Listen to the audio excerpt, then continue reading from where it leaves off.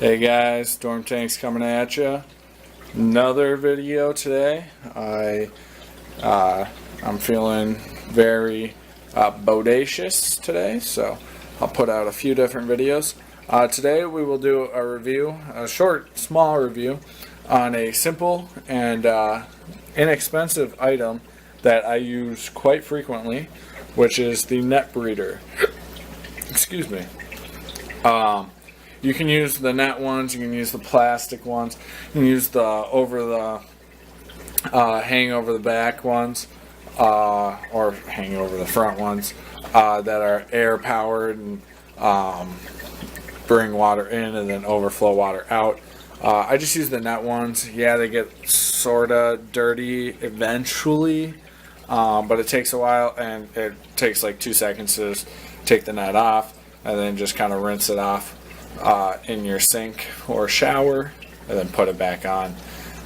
Various uses for these. With such a big tank, catching females is difficult, especially with all this rock in there. And so if I have multiple females holding around the same time, I will just take every single one of them out. Just because when cichlids breed, they do release a hormone which causes other fish to breed as well.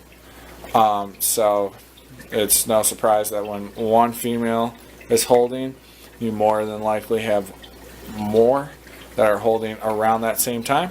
And so I strip the ones that are ready, and the ones that aren't ready, that have a couple days left, I put in these net breeders. And they're not really that stressful to the females, just because they're in there for only a couple days.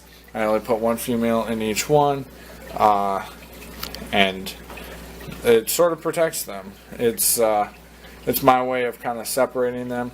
I know some people put them in separate tanks. I'll let them do that. I wish I had the tank space for it, but let's be honest, not many of us do. Also, I'll show you another great use for it. I like to put my fry in there, just because it's easier, keeps them separated from the bigger guys for a little bit. It's nice, especially if they still have egg sacs on them. That way they're not like sitting on the bottom.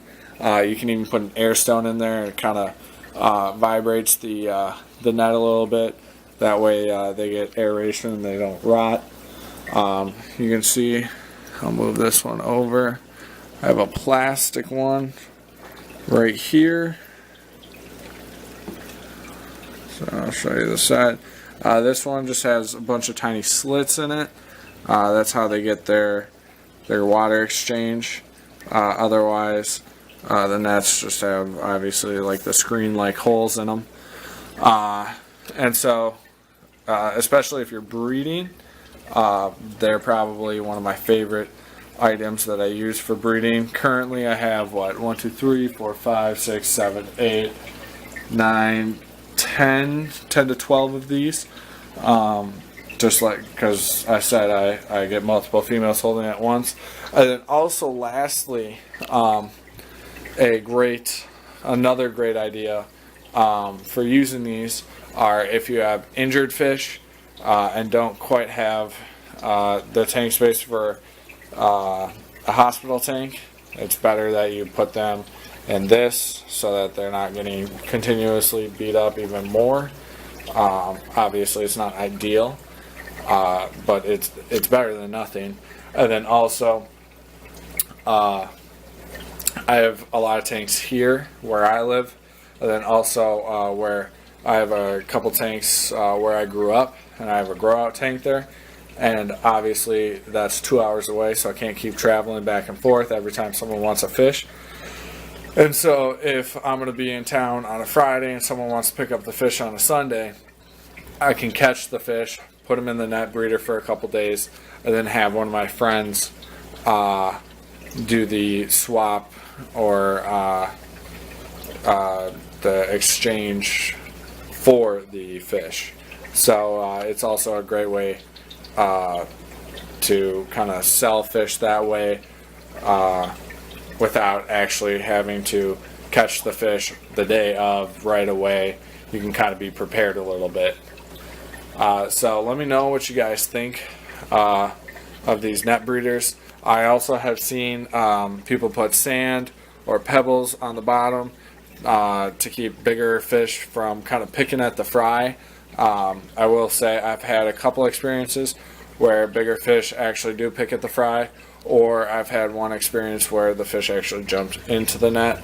But in this case, there's not really any room for any fish to jump into the net, and also they're not going to pick at such a big fish, whereas over here with all the small fish, these guys are small enough where they're also not going to pick on the smaller fish either.